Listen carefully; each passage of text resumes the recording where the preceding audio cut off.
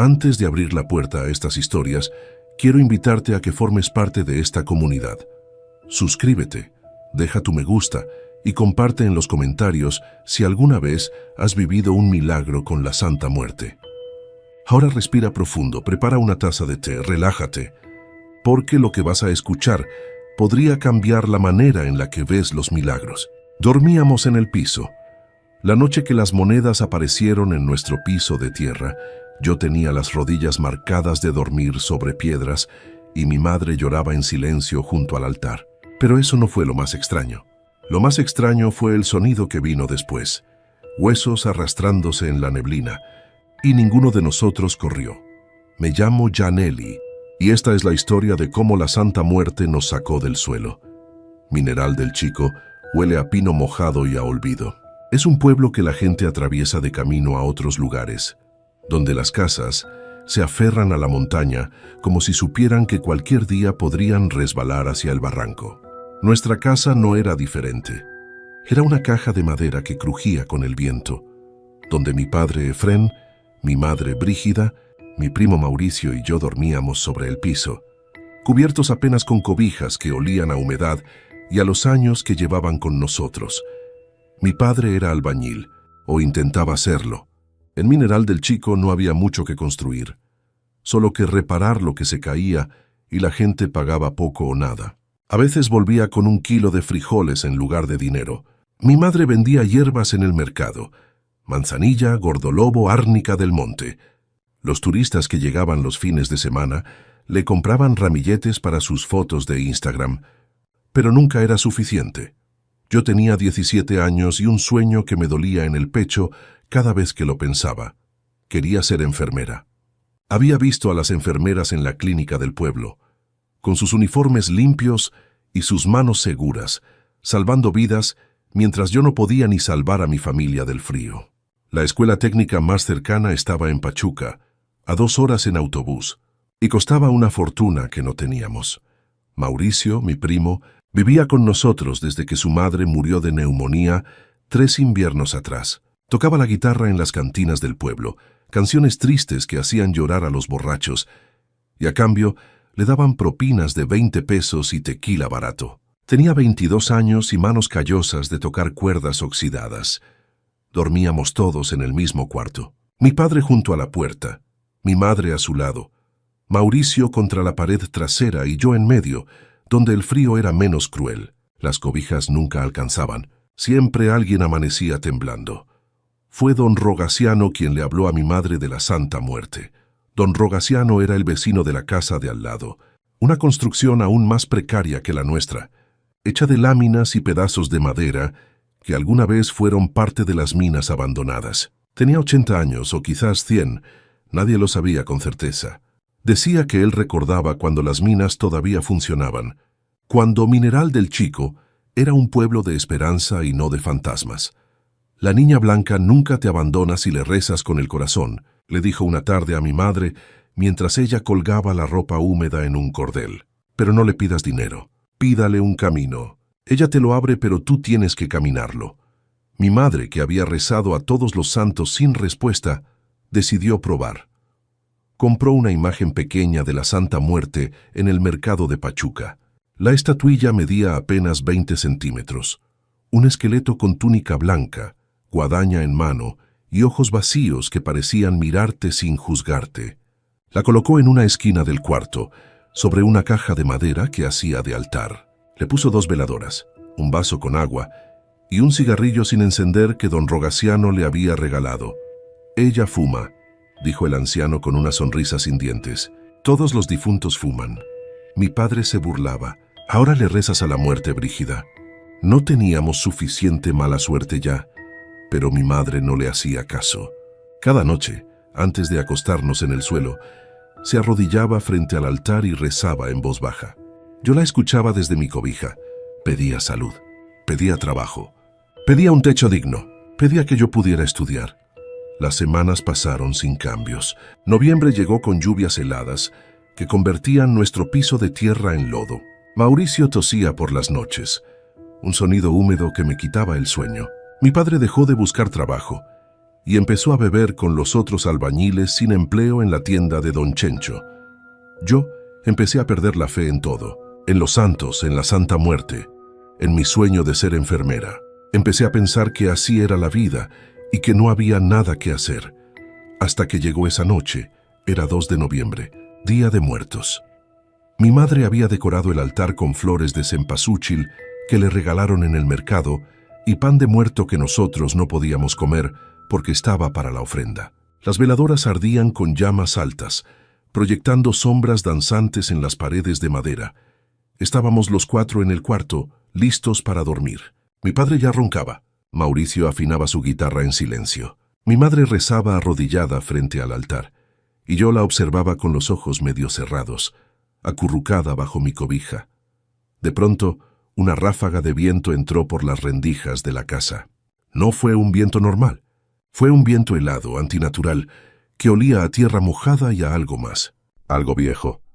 Las llamas de las veladoras temblaron violentamente y luego se apagaron. La oscuridad fue total. Mi madre gritó. Mauricio soltó su guitarra. Yo me incorporé con el corazón golpeándome el pecho.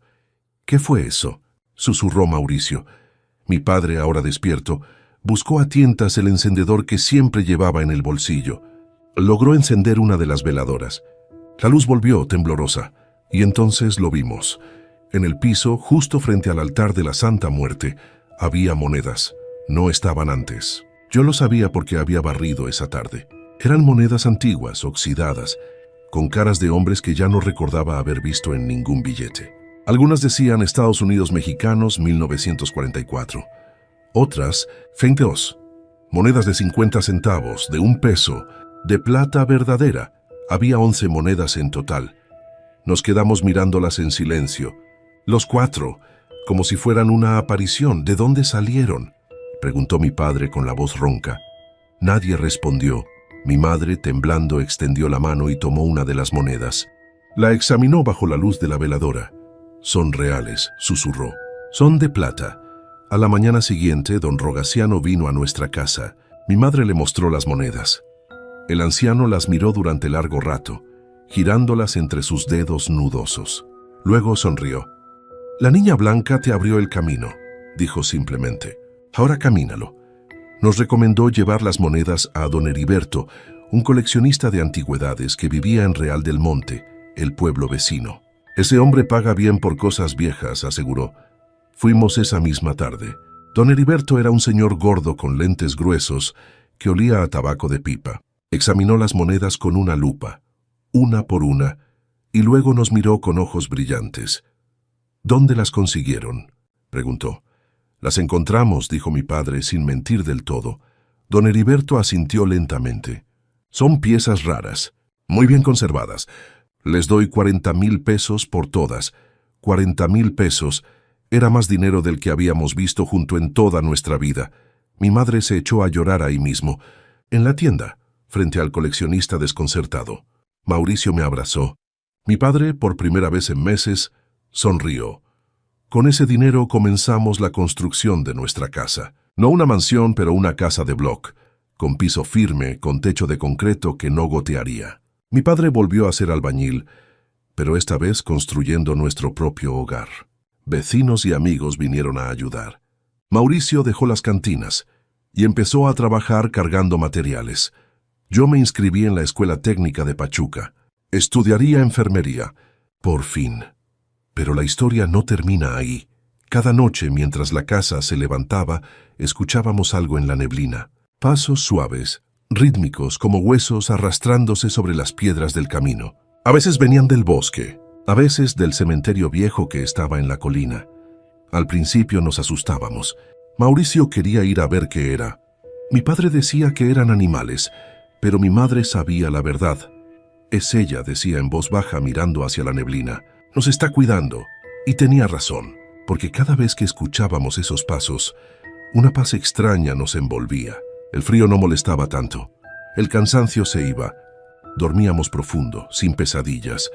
Don Rogaciano nos explicó: cuando le rezas a la Santa Muerte con verdadera necesidad, ella camina contigo. La oyes porque está cerca, y mientras la oigas, nada malo te pasará. Han pasado 2 años desde aquella noche de Día de Muertos. Nuestra casa está terminada. Tiene 3 cuartos, baño completo y una cocina donde mi madre prepara té de hierbas que ahora vende en frascos bonitos a los turistas. Ya no dormimos en el piso. Yo estoy en mi 2º año de enfermería.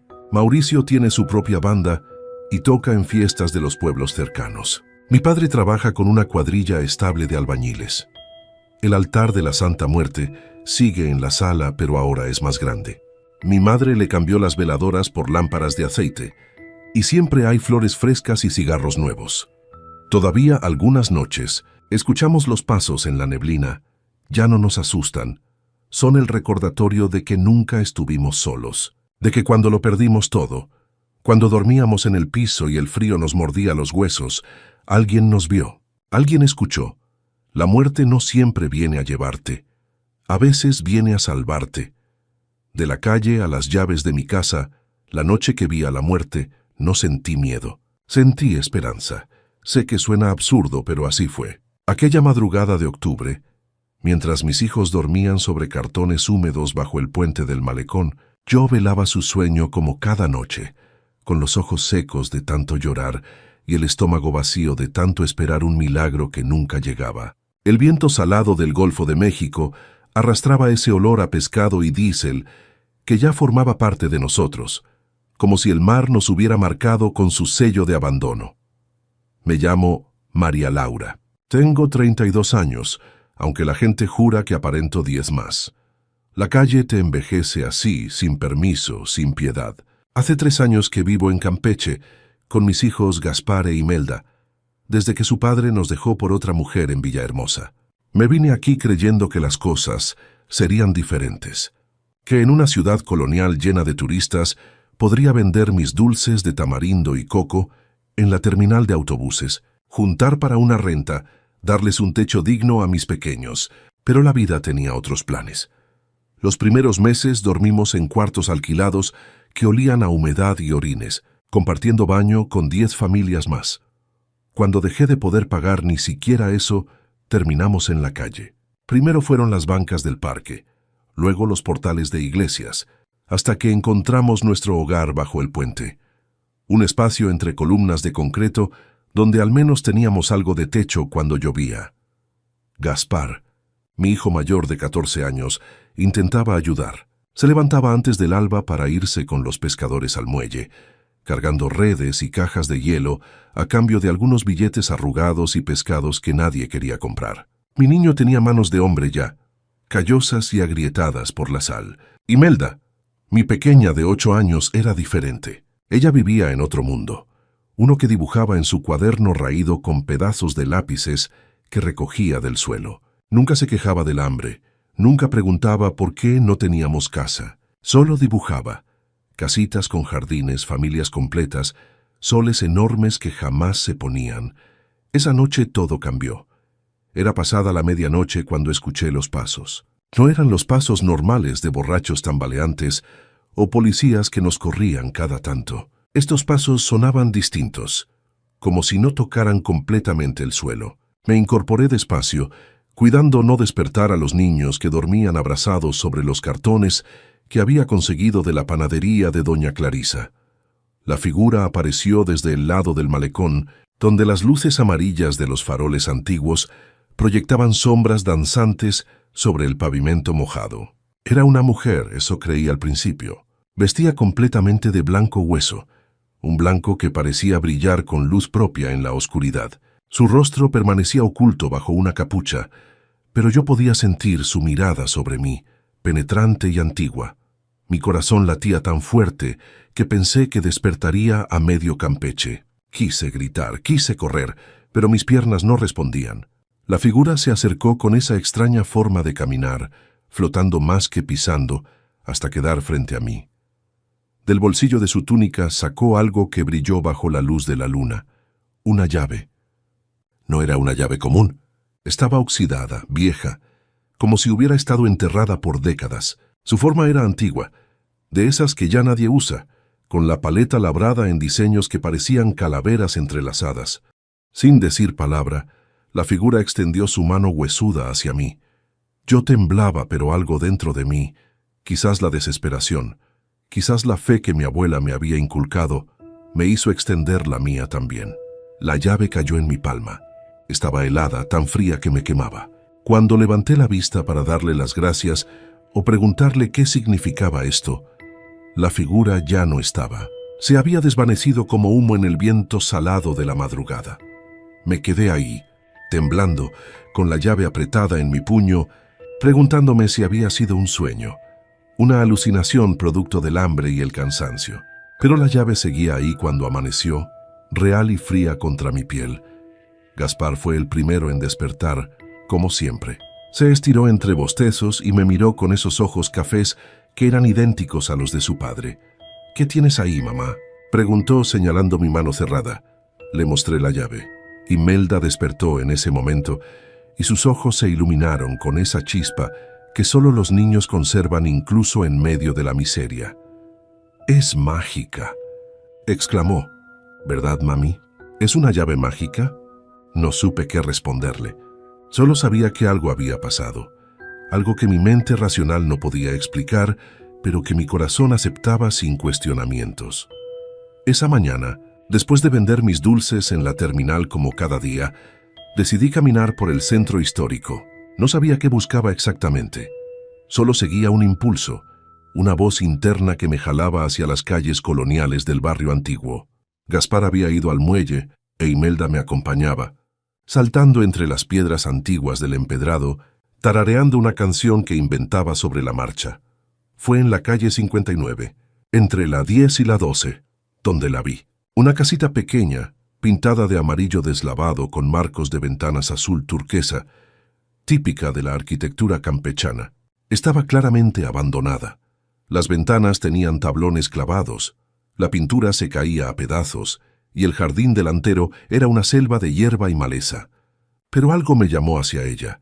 Me acerqué a la puerta principal. Tenía una cerradura vieja, antigua, del tipo que ya casi no se ve. Con manos temblorosas, saqué la llave oxidada de mi bolsillo. No podía ser cierto. Esto no pasaba en la vida real. La llave entró perfectamente en la cerradura. «Mami, ¿qué haces?», susurró Imelda, asustada. «No lo sé, mi amor». «No lo sé», giré la llave. El mecanismo crujió como si llevara años sin usarse, pero cedió. La puerta se abrió con un chirrido de bisagras oxidadas, revelando el interior polvoriento y oscuro de lo que alguna vez había sido el hogar de alguien. Entramos como ladrones, con el corazón en la garganta. La casa estaba vacía pero intacta. Muebles viejos cubiertos de polvo, fotografías descoloridas en las paredes, una cocina de leña que olía a hollín antiguo.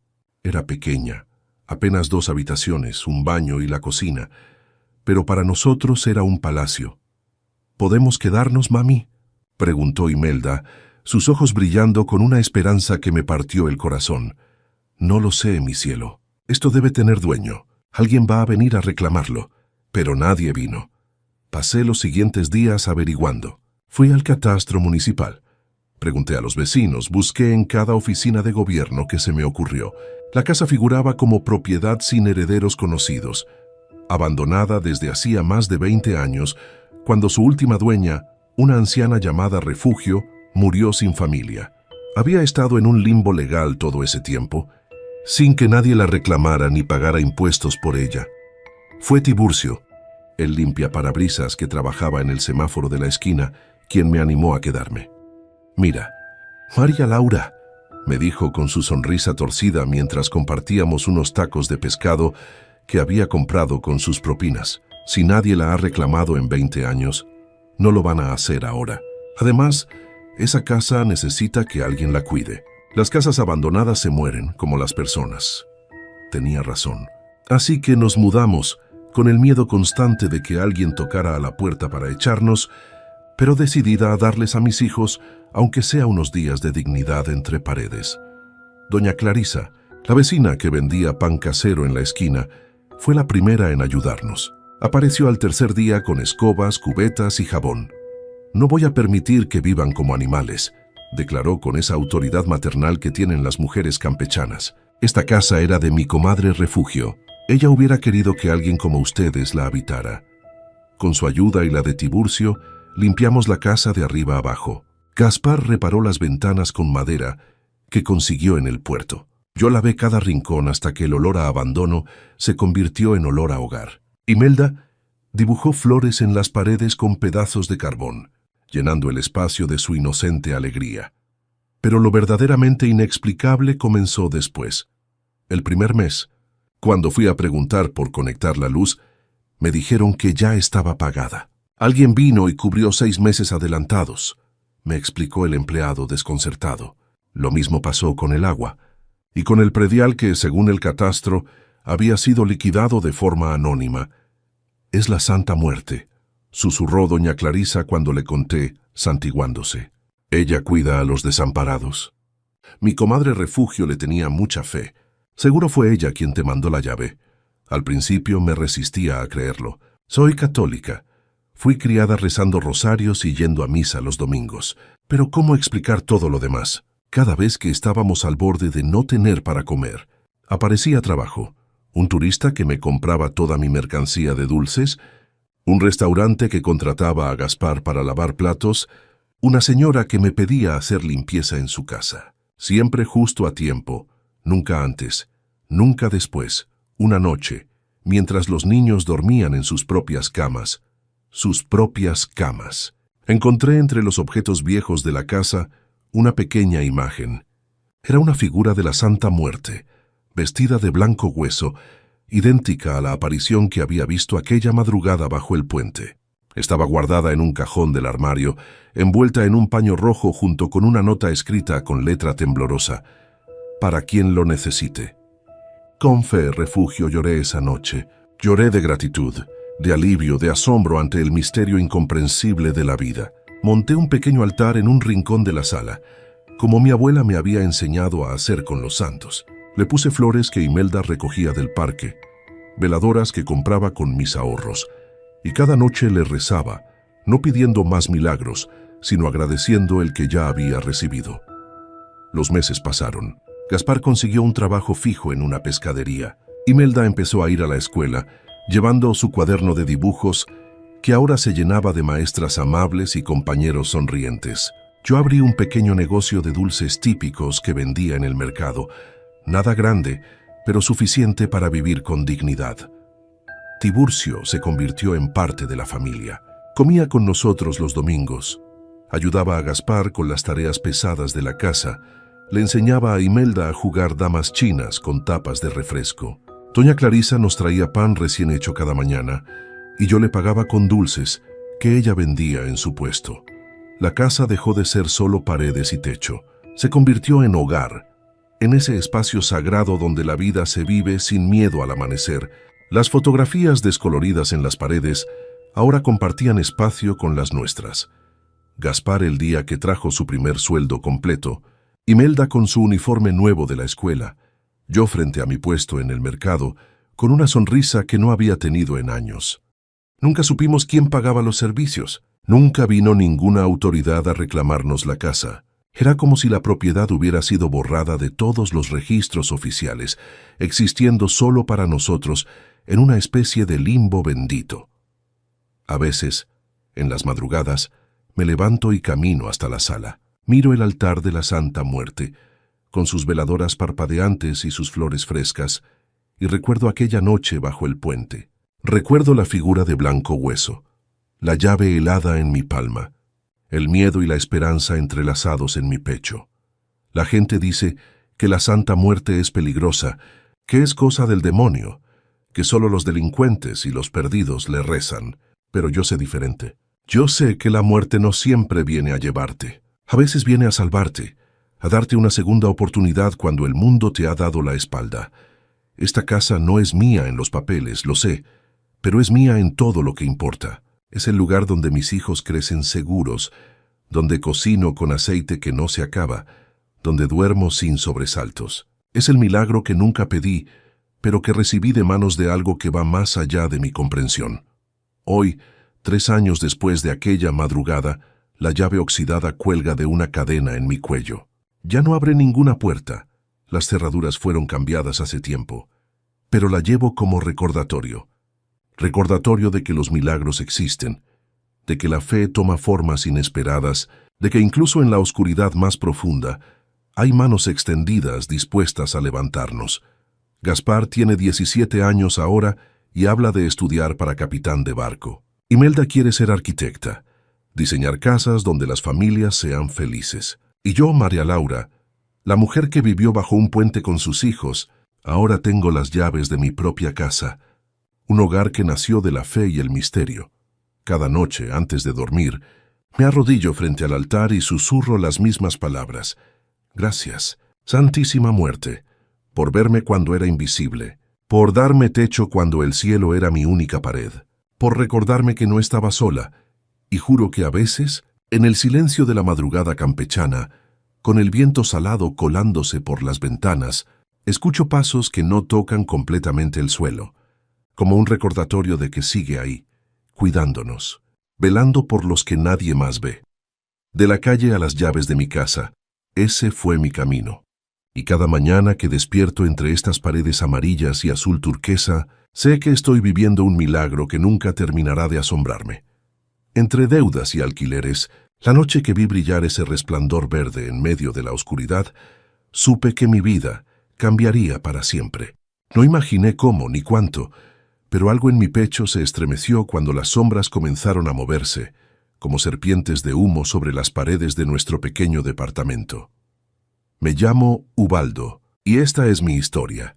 Fresnillo nunca ha sido una ciudad generosa. Aquí el sol golpea con rabia durante el día, y el polvo de las minas se mete hasta en los sueños. Yo manejaba un taxi viejo, un Tsuru del 98 que tosía más que mi suegra en temporada de frío. Cada peso que ganaba se iba como agua entre los dedos. La renta del departamento, las deudas acumuladas, la comida que ya comprábamos fiada en la tienda de don Fermín. Vivíamos 5 personas apretujadas en 2 cuartos que olían a humedad y a las velas que Efigenia, mi esposa, prendía cada noche frente al altar de la Santa Muerte. Efigenia cosía vestidos de novia en una máquina Singer que heredó de su abuela. Sus dedos volaban sobre las telas blancas, creando sueños para otras mujeres, mientras el nuestro se deshacía lentamente. Crescencio, nuestro hijo mayor, estudiaba ingeniería en la Universidad Tecnológica. Era un muchacho brillante, de esos que nacen para cambiar el destino de una familia, pero cada semestre era una batalla campal para reunir la colegiatura. Tadea, nuestra hija menor, tenía 17 años y tocaba el violín en la parroquia de Guadalupe.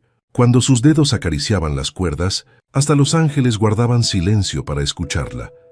Pero los ángeles no pagaban rentas. Era mediados de julio del año pasado, cuando el casero, un tipo grasiento llamado Meléndez, llegó con su sonrisa de tiburón y nos dio el ultimátum. 3 meses atrasados, Ubaldo. O me pagan todo para el viernes o los echo a la calle, con familia y todo. Tenía derecho, claro. Nosotros éramos los que debíamos. Pero eso no hacía que su amenaza doliera menos. Esa noche nadie durmió bien. Efigenia lloró en silencio, mientras zurcía el dobladillo de un vestido.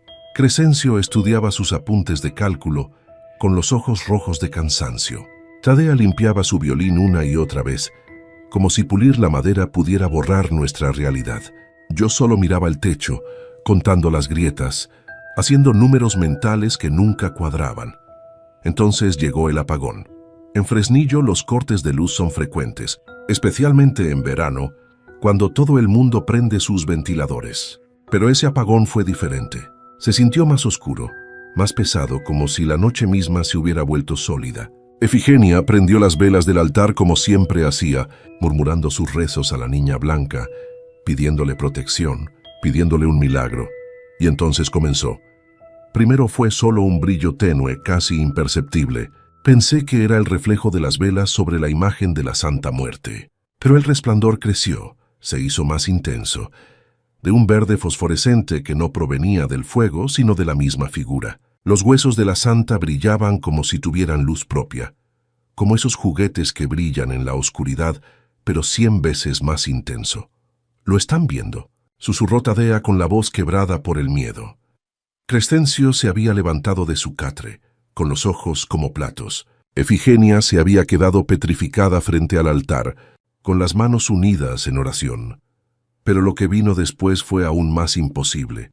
Las sombras en las paredes comenzaron a moverse, a retorcerse, a formar patrones que no obedecían a ninguna fuente de luz lógica. No eran sombras normales.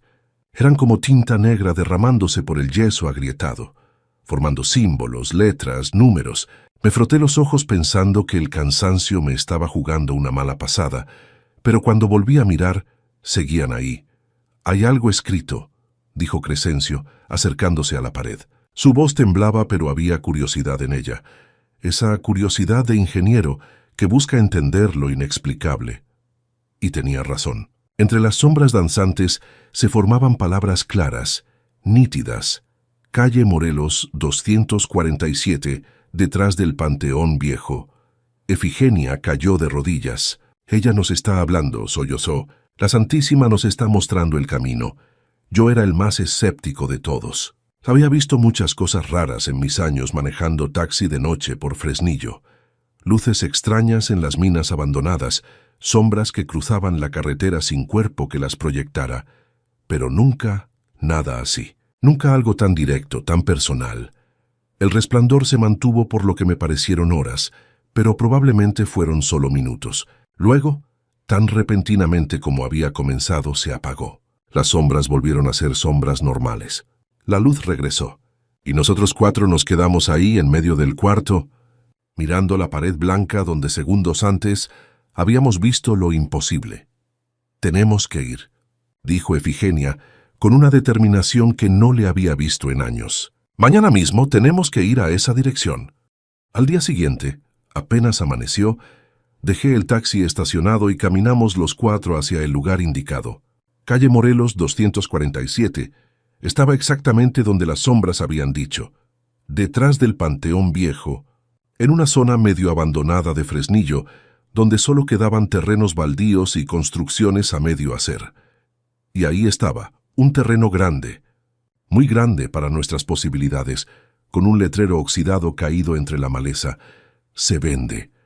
El letrero tenía un número de teléfono casi borrado por el tiempo.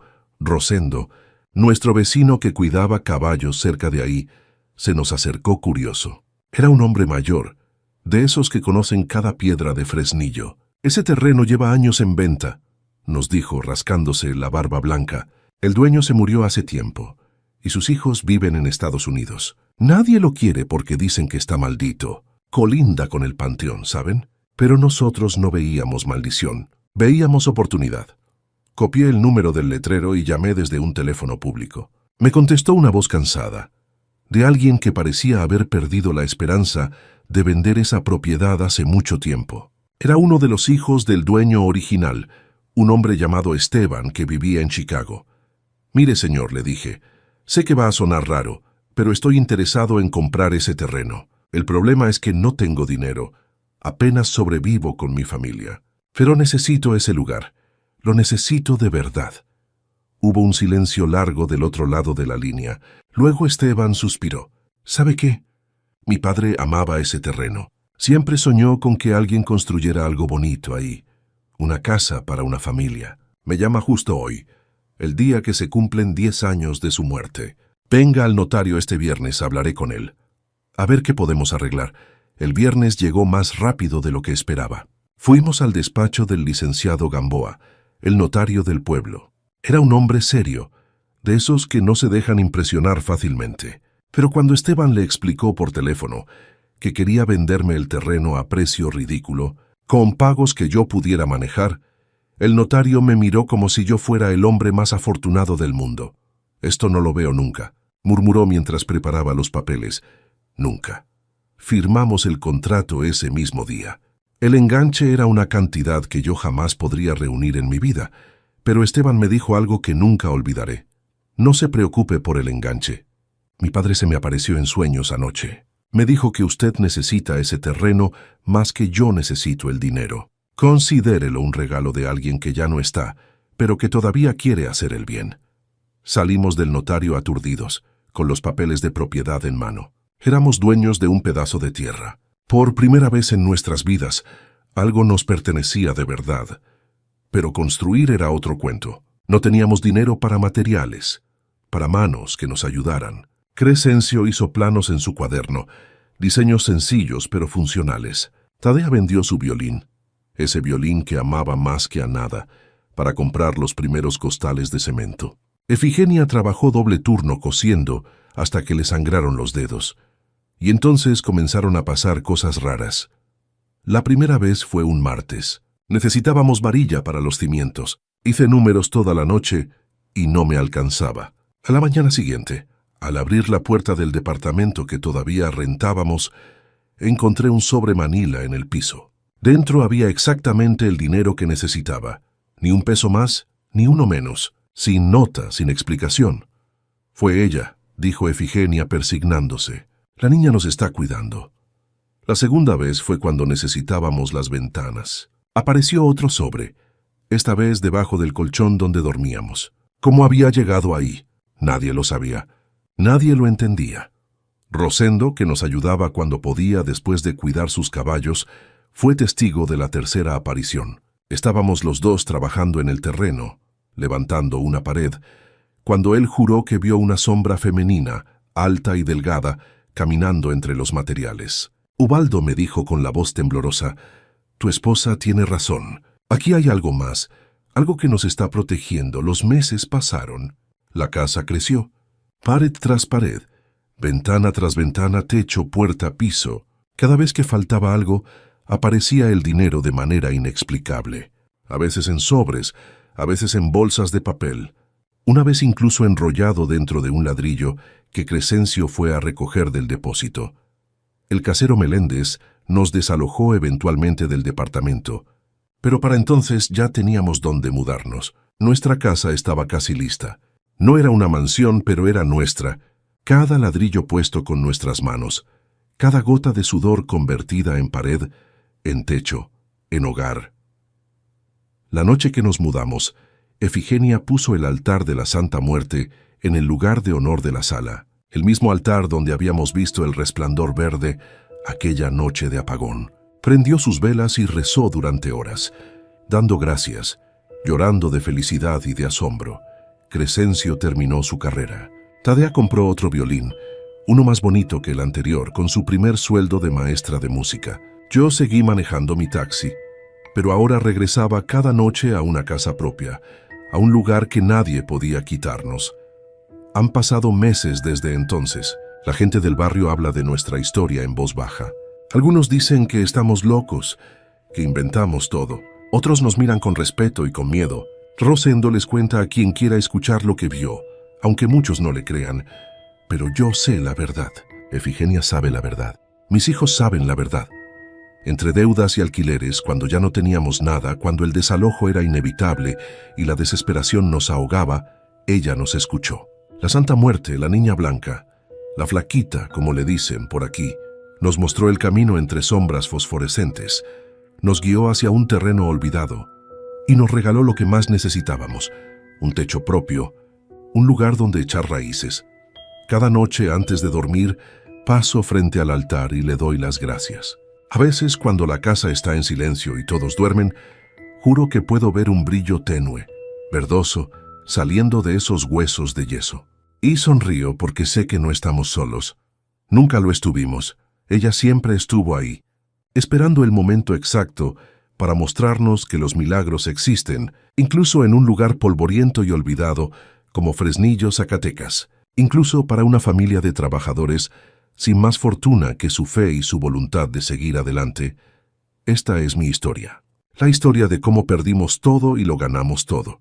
La historia de cómo, entre deudas y alquileres, ella nos regaló un techo propio.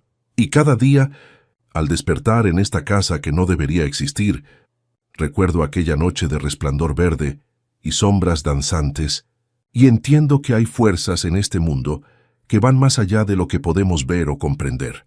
Fuerzas que, cuando menos lo esperamos, cuando más lo necesitamos, nos tienden la mano desde el otro lado del velo. Gracias, Niña Blanca. Gracias por escucharnos. Gracias por regalarnos un hogar. Nunca pensé tener casa. La piedra apareció una noche. Nadie la puso ahí. Nadie la vio llegar. Pero cuando desperté, estaba frente al altar, cubierta de musgo y secretos que cambiarían nuestras vidas para siempre. Me llamo Ixchel, tengo 32 años, y mis manos conocen el telar como otros conocen la escritura. Cada hilo que entrelazó cuenta una historia, cada rebazo que termino lleva un pedazo de mi alma. Pero hasta hace poco, mis historias solo hablaban de incertidumbre, de cuartos rentados donde el casero tocaba la puerta cada mes con la mano extendida, de noches preguntándome si algún día tendría un techo que pudiera llamar mío sin que nadie más tuviera las llaves. Vivíamos 5 en ese edificio destartalado de San Cristóbal, de las Casas. 5 almas que compartíamos más que paredes. Compartíamos sueños rotos y esperanzas tercas. Anacleto, el carpintero Tzotzil, cuyas manos curtidas podían hacer cantar a la madera. Dominga, con su risa ronca y su café tostado que olía a montaña.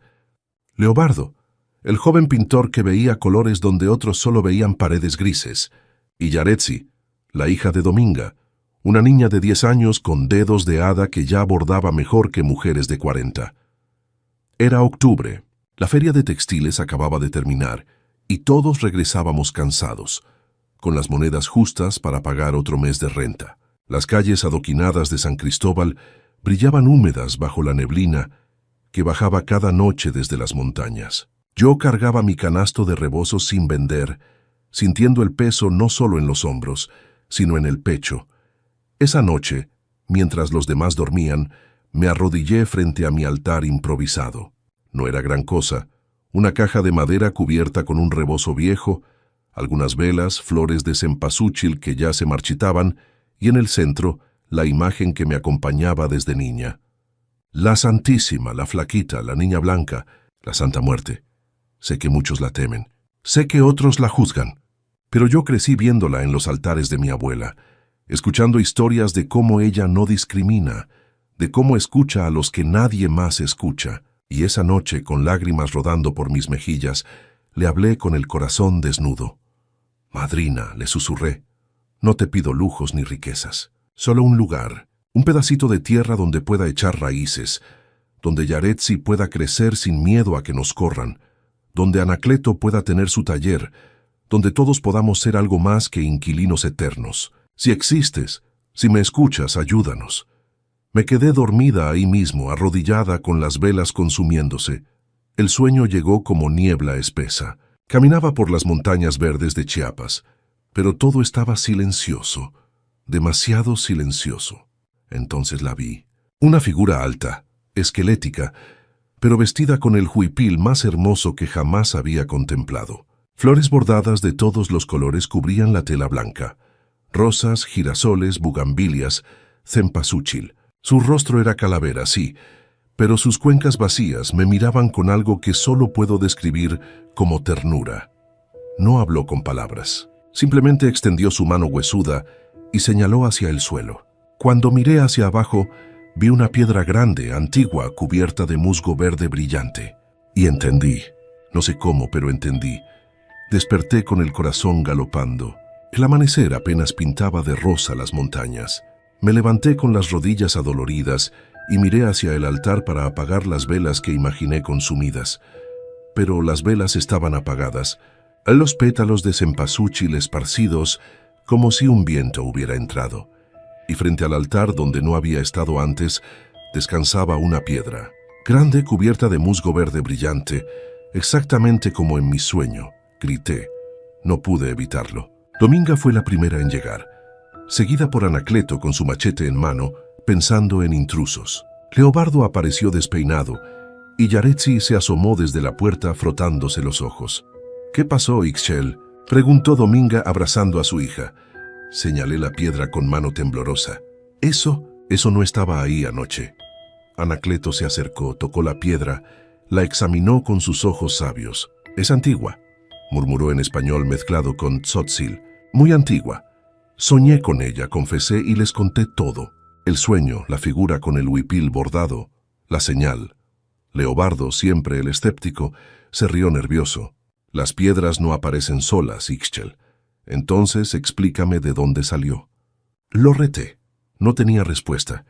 Fue Yaretsi quien dijo lo que todos pensábamos, pero teníamos miedo de verbalizar. «La Santísima te escuchó Tía Ixchel. Entre los 5 movimos la piedra. Era más pesada de lo que parecía, como si guardara el peso de los años en su interior. Y cuando finalmente rodó a un lado, Dominga ahogó un grito. Debajo había un hueco en el piso de tierra, y dentro del hueco, envuelta en plástico amarillento y hule, había un paquete. Las manos me temblaban cuando lo saqué. Lo desenvolvimos con cuidado en la mesa de la cocina comunal. Dentro había documentos, papeles viejos, amarillentos, con sellos oficiales medio borrados, escrituras, títulos de propiedad y un nombre que reconocí inmediatamente. Bartolomé Méndez López. Ese era el apellido de mi abuelo, susurré, sintiendo que el aire se me escapaba. Mi abuelo materno. Los documentos hablaban de un terreno en las afueras de San Cristóbal, 2 hectáreas que habían pertenecido a mi bisabuelo, que pasaron a mi abuelo, y que por alguna razón se perdieron en la burocracia y el olvido cuando él murió hace 30 años. Había cartas, recibos de impuestos antiguos, hasta un mapa dibujado a mano. «Esto es tuyo, Ixchel», dijo Anacleto, con esa certeza tranquila que siempre tenía. «Es de tu familia», corregí. «Hace 30 años que nadie reclama esto. Probablemente ya lo vendieron o lo perdimos para siempre». Pero Dominga sacudió la cabeza, sus ojos brillando con algo que no había visto en años. Esperanza. O quizás la flaquita te lo devolvió justo ahora, porque era el momento. Los siguientes días fueron un torbellino. Fuimos al registro público, esperando encontrar puertas cerradas, trámites imposibles, mordidas que no podríamos pagar. Pero algo extraño sucedió. Cada puerta se abría. Cada funcionario que debía ser hostil resultaba amable. Documentos que debían tomar meses aparecían en días. El notario que nos atendió, un señor mayor con lentes gruesos, revisó todo y nos miró con asombro. «Esto es legítimo», dijo, «y por alguna razón nadie más lo ha reclamado. El terreno sigue a nombre de tu abuelo, señorita. Con estos papeles y tu acta de nacimiento que prueba el parentesco, es tuyo». No podía creerlo. Ninguno podía. 3 semanas después estábamos parados en nuestro terreno. 2 hectáreas de tierra roja, rodeadas de pinos y encinos, con vista a las montañas que cambiaban de color según la hora del día. Lloramos todos. Hasta Leobardo, el escéptico, tenía los ojos rojos. «Podemos construir aquí», dijo Anacleto, su voz ronca de emoción. «Una casa grande. Para todos. Una casa colectiva», agregó Dominga, «donde cada quien tenga su espacio pero compartamos la vida». Y así empezó la construcción. Vendimos todo lo que pudimos. Pedimos préstamos pequeños, juntamos cada peso. Anacleto diseñó la casa, 5 habitaciones independientes, alrededor de un patio central, una cocina grande, un taller para él, un espacio para mi telar, un muro donde Leobardo pudiera pintar. Pero fue durante la construcción cuando lo paranormal se volvió innegable. El primer día que levantamos las paredes, Anacleto me llamó, confundido. «Ixchel, ven», me mostró un bloque de cemento. Estos bloques pesan normalmente 20 kilos, pero cuando los cargo aquí en este terreno, se sienten como 10, como si algo los hiciera más ligeros. Lo intenté yo misma. Tenía razón. Era como si manos invisibles ayudaran a cargar el peso. Luego estaban las vigas. Leobardo juró que una tarde, cuando trataba de encajar una viga del techo, la madera simplemente se deslizó sola a su lugar perfecto, como guiada por alguien que sabía exactamente el ángulo correcto, y el trabajo rendía. Lo que debía tomarnos un mes, lo terminábamos en 2 semanas. Lo que debía costar el doble, nos alcanzaba justo. Era como si cada peso se multiplicara, cada hora de trabajo valiera por 3. Dominga fue quien finalmente lo dijo en voz alta. «Ella está aquí. La Santísima está ayudándonos». Yo lo sentía también, especialmente en las mañanas, cuando la neblina cubría el terreno y el silencio era absoluto. Sentía una presencia, no amenazante, no fría, cálida, protectora, como una abuela invisible que supervisaba la construcción, asegurándose de que sus nietos tuvieran un hogar. Una noche, Yaretsi desapareció del campamento improvisado donde dormíamos mientras construíamos. Dominga enloqueció. Gritó su nombre hasta quedarse ronca. La encontramos en el centro de lo que sería el patio, sentada en el suelo, bordando bajo la luz de la luna. «Mami, ella me enseñó un nuevo punto», dijo tranquila cuando la abrazamos llorando. ¿Quién, mi amor? La señora del huipil de flores. Dijo que este punto es antiguo, que las abuelas lo usaban. Dijo que tengo que aprenderlo para no olvidar. Dominga me miró por encima de la cabeza de su hija, con los ojos muy abiertos. No dijimos nada. ¿Qué podíamos decir? 6 meses después, la casa estaba terminada. Era hermosa. Paredes de adobe pintadas de amarillo y azul, techos de teja, ventanas grandes que dejaban entrar la luz y el olor de los pinos. Cada habitación tenía personalidad propia, pero todas se conectaban al patio central donde plantamos bugambilias y un árbol de durazno. El día que nos mudamos oficialmente, organicé una ceremonia. Puse un altar nuevo en el patio, pero esta vez no era improvisado. Era de cantera rosa, con flores frescas, velas de colores, y en el centro la imagen de la Santa Muerte que me había acompañado desde niña. «Gracias, madrina», susurré, arrodillándome. «Gracias por escuchar a quien nadie escucha. Gracias por darnos lo que nunca pensamos tener». Los demás se arrodillaron también, hasta Leobardo, quien había empezado como escéptico, y ahora cada mañana dejaba café fresco frente al altar.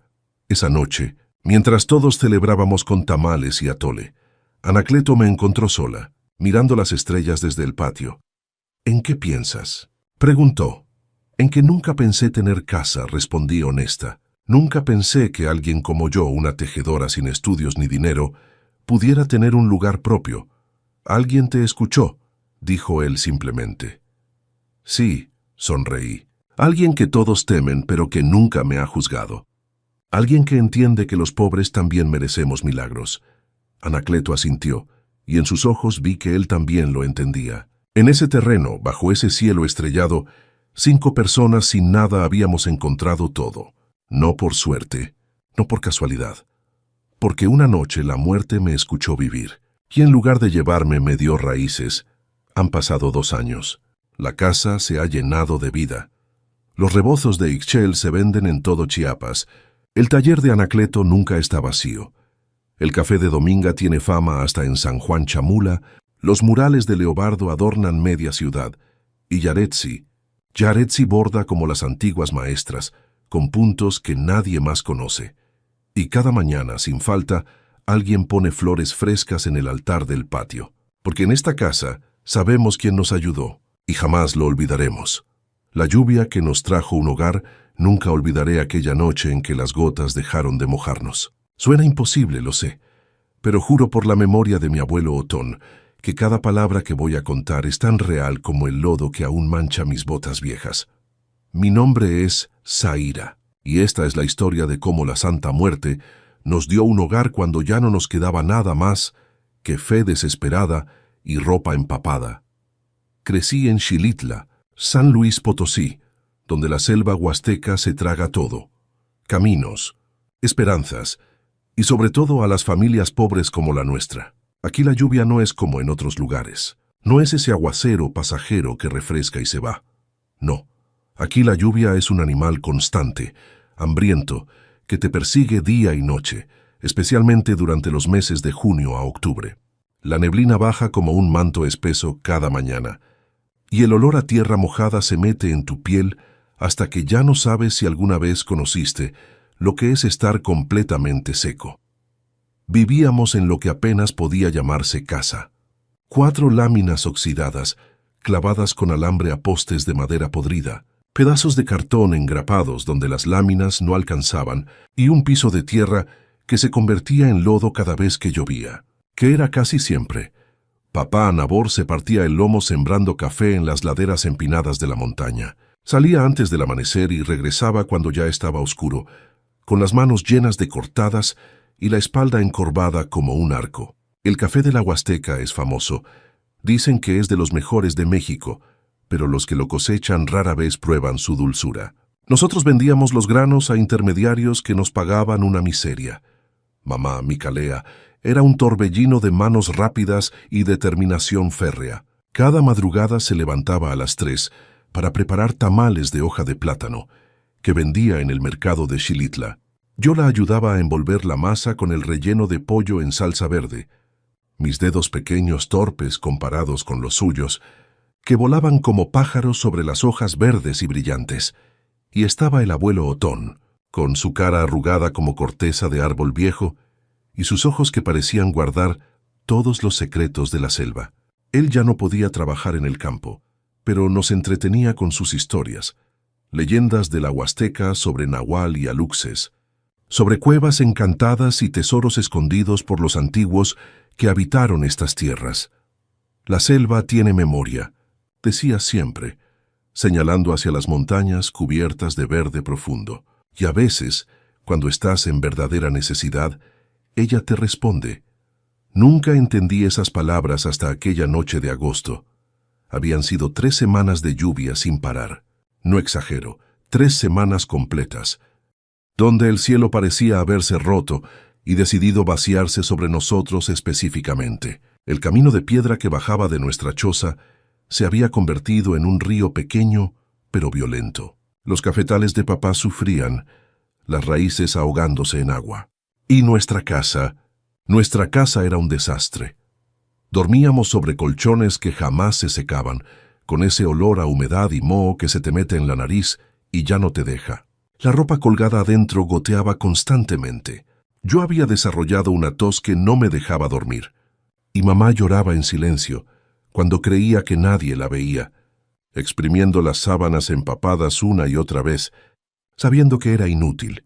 Nuestra vecina Eloísa, una mujer de brazos fuertes, que vivía una colina más arriba, venía a veces a compartir café de olla y palabras de ánimo. Tienen que aguantar, decía, aunque sus propios ojos revelaban la misma desesperanza. Su casa era apenas mejor que la nuestra. Fue el abuelo Otón quien sugirió lo impensable.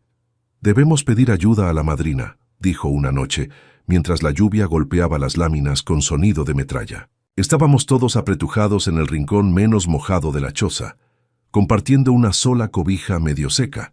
Mamá lo miró con sorpresa. Nosotros éramos católicos, como casi todos en Xilitla, pero la devoción a la Santa Muerte siempre había sido algo distinto, algo que se practicaba en silencio con respeto y temor.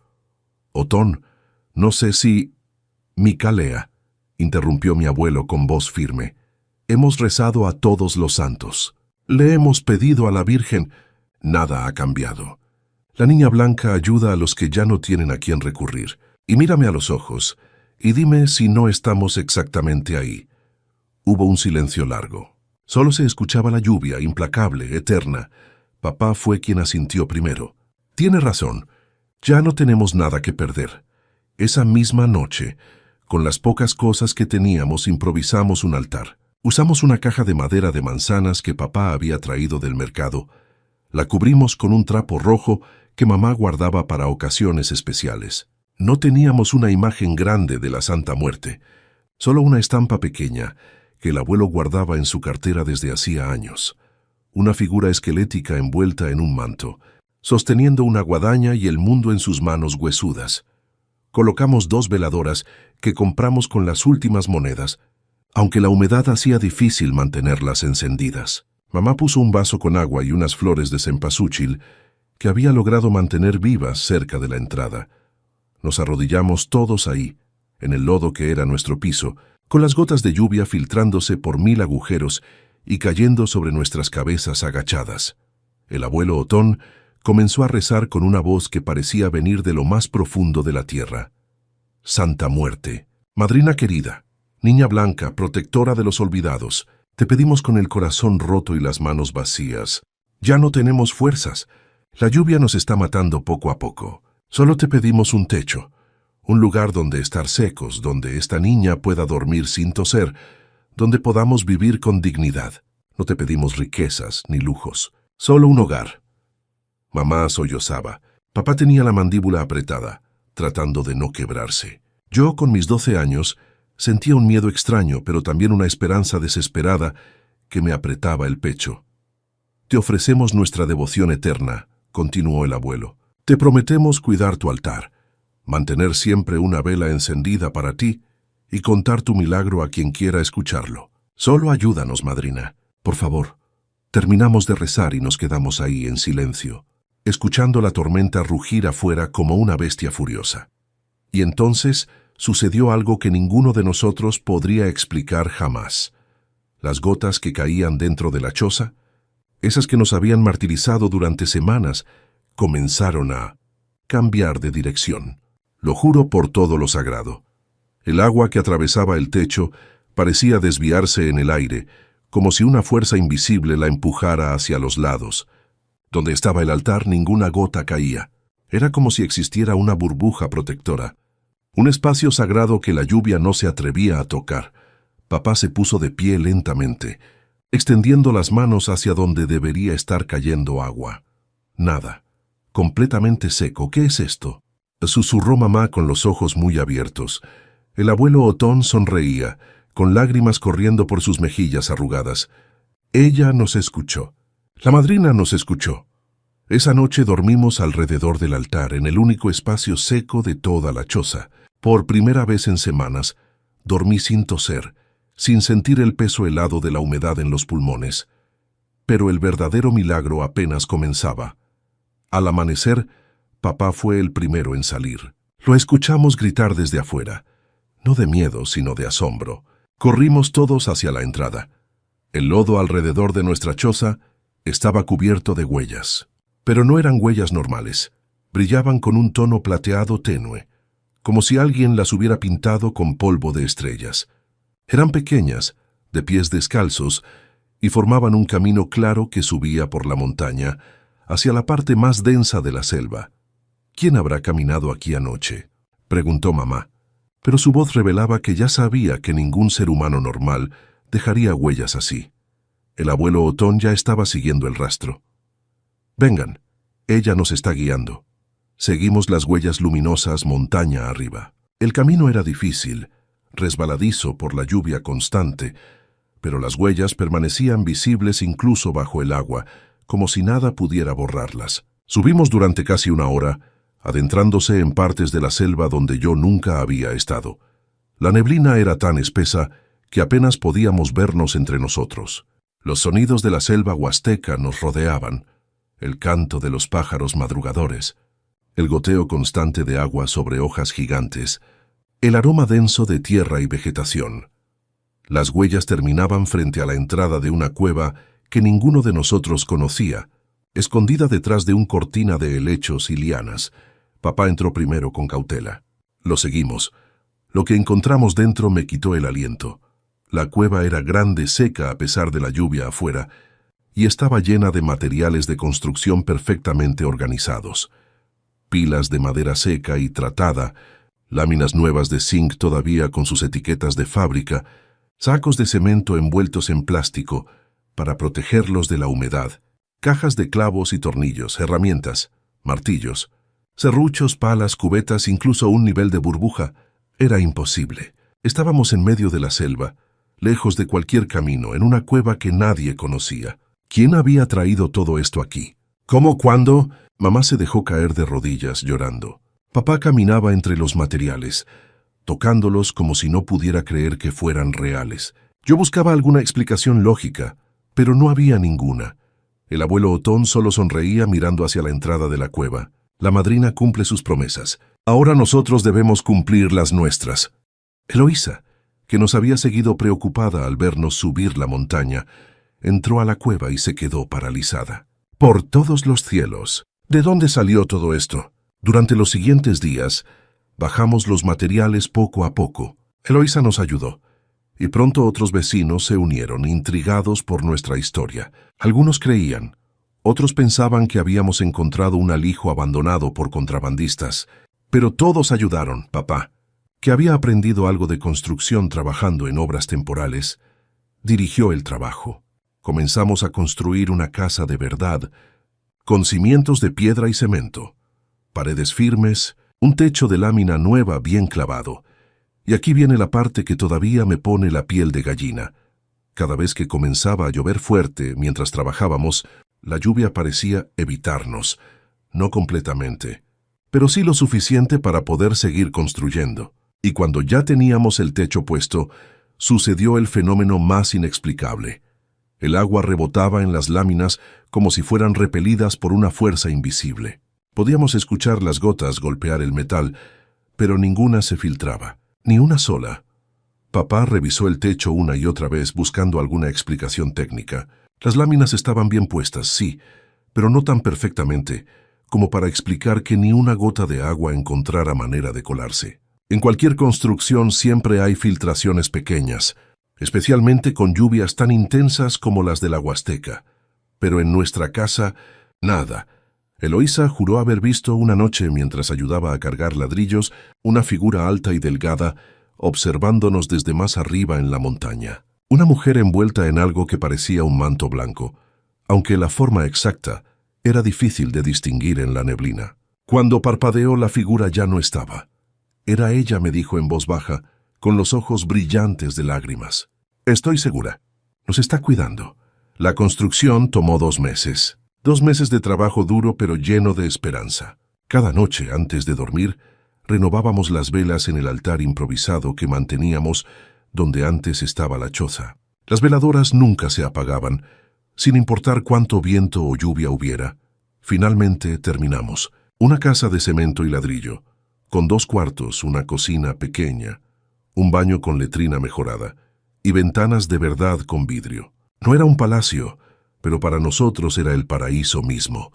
El día que nos mudamos oficialmente, hicimos una ceremonia pequeña. Colocamos el altar de la Santa Muerte en la entrada, ahora con una imagen más grande que mamá compró en el mercado, con flores frescas, veladoras de colores y una placa pequeña que papá mandó a hacer con un herrero de Xilitla. Decía: gracias, madrina, por darnos un hogar. Esa noche llovió con una intensidad que no habíamos visto en años. Los truenos sacudían las montañas. El viento aullaba como lobo herido. Pero dentro de nuestra casa estábamos completamente secos, completamente seguros. Ni una sola gota se filtró. Mamá preparó tamales para celebrar. Papá tocó su guitarra vieja y cantó canciones de la Huasteca. El abuelo Otón contó la historia completa de nuestro milagro, desde la primera oración hasta la cueva misteriosa. Y yo, por primera vez en mi vida, dormí en una cama seca, en un cuarto sin corrientes de aire, sin toser, sin miedo a despertar empapada. Han pasado ya varios años desde entonces. Yo ahora tengo 16 y estoy estudiando para ser maestra rural, cumpliendo mi sueño. Papá sigue trabajando en los cafetales, pero ahora tiene fuerzas porque descansa bien. Mamá expandió su negocio de tamales y ahora vende también en restaurantes de Xilitla. El abuelo Otón ya no está con nosotros. Se fue tranquilo hace un año, durmiendo en su cama seca, en su casa firme, con una sonrisa en los labios. Nuestra casa se ha vuelto un pequeño lugar de peregrinación. Gente de otros pueblos viene a conocer la historia, a ver el altar, a pedirle a la Santa Muerte por sus propias necesidades. Mamá siempre tiene café caliente y tamales para compartir. Cada visitante es recibido con una veladora que encendemos juntos en el altar, agradeciéndole a la madrina por protegernos de la intemperie. La cueva en la montaña sigue ahí. A veces subo con ofrendas, flores, veladoras, frutas. Las huellas luminosas nunca volvieron a aparecer, pero juro que a veces, cuando la neblina está muy espesa y el silencio de la selva es profundo, puedo sentir una presencia protectora, como si alguien invisible caminara junto a mí, asegurándose de que llegue bien a casa. Y la lluvia, esa lluvia implacable de la Huasteca, que una vez casi nos destruye, ahora es solo un sonido reconfortante sobre nuestro techo, un recordatorio constante de que cuando ya no te queda nada, cuando has tocado el fondo más oscuro, todavía hay fuerzas en este mundo que escuchan a los olvidados.